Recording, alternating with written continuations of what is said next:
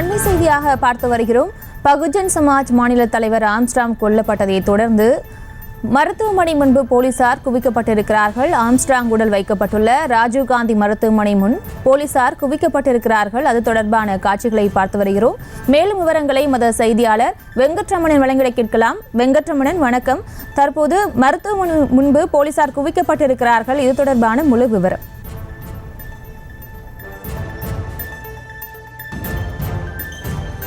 வணக்கம் பிரியங்கா.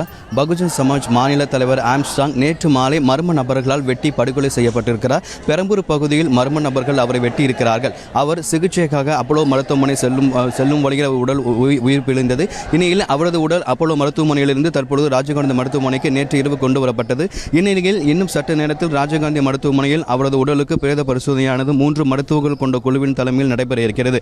இந்நிலையில் நேற்று இரவு முதலே ராஜீவ்காந்தி மருத்துவமனையில் அவருடைய ஆதரவாளர்கள் சாலை மறியலில் ஈடுபட்டனர். குறிப்பாக நேற்று இரவு சென்னை வடக்கு காவல்துறையினர் 8 பேர் இதில் கைது செய்யப்பட்டிருப்பதாக கூறியிருந்தனர். ஆனாலும் தற்பொழுது இந்த மருத்துவமனை வளாகத்தில் உண்மையான குற்றவாளியை கைது செய்யும் வரை எங்களது போராட்டம் தொடரும் எனவும், உண்மையான குற்றவாளியை கைது செய்யும் வரை நாங்களே உடலை வாங்க மாட்டோம் எனவும் தற்பொழுது ஆதரவாளர்கள் இங்கே கோஷம் எழுப்பி வருகின்றனர்.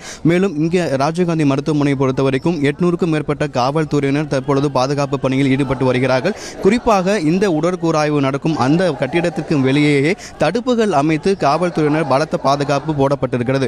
எந்தவித அசம்பாவிதமும் நடைபெறக்கூடாது என்பதற்காக தற்பொழுது காவல்துறையினர் பலத்த பாதுகாப்பு போடப்பட்டிருக்கிறது. குறிப்பாக காவல்துறை குவிக்கப்பட்டிருக்கக்கூடிய இந்த இடத்திற்கு அருகே தான் ஆதரவாளர்கள் தற்பொழுது கோஷம் எழுப்பி வருகின்றனர். உண்மையான குற்றவாளியை கைது செய்ய வேண்டும் எனவும், உண்மையான குற்றவாளியை கைது செய்யும் வரை நாங்கள் உடலை பெற்றுக்கொள்ள மாட்டோம் எனவும் தற்பொழுது அவர்கள் கோஷம் எழுப்பி வருகின்றனர். தற்பொழுது இந்த ராஜீவ்காந்தி மருத்துவமனை வளாகத்தின் வெளியே ஒரு பதட்டமான சூழல் தான் என்பது ஏற்பட்டிருக்கிறது. குறிப்பாக அவர்களுடைய ஆதரவாளர்கள் ஒரு பக்கம் கோஷம் எழுப்பி வருகின்றனர். மறுபுறம் காவல்துறையினர் பாதுகாப்பு பணியில் ஈடுபட்டு வருகிறார்கள். இன்னும் சற்று நேரத்தில் 3 பேர் கொண்ட மருத்துவ குழுவினர் அவருடைய உடலுக்கு உடற்கூறு ஆய்வு என்பது இன்னும் ஒரு சில மணி நேரத்தில் தொடங்க இருக்கிறது. பிரியங்கா,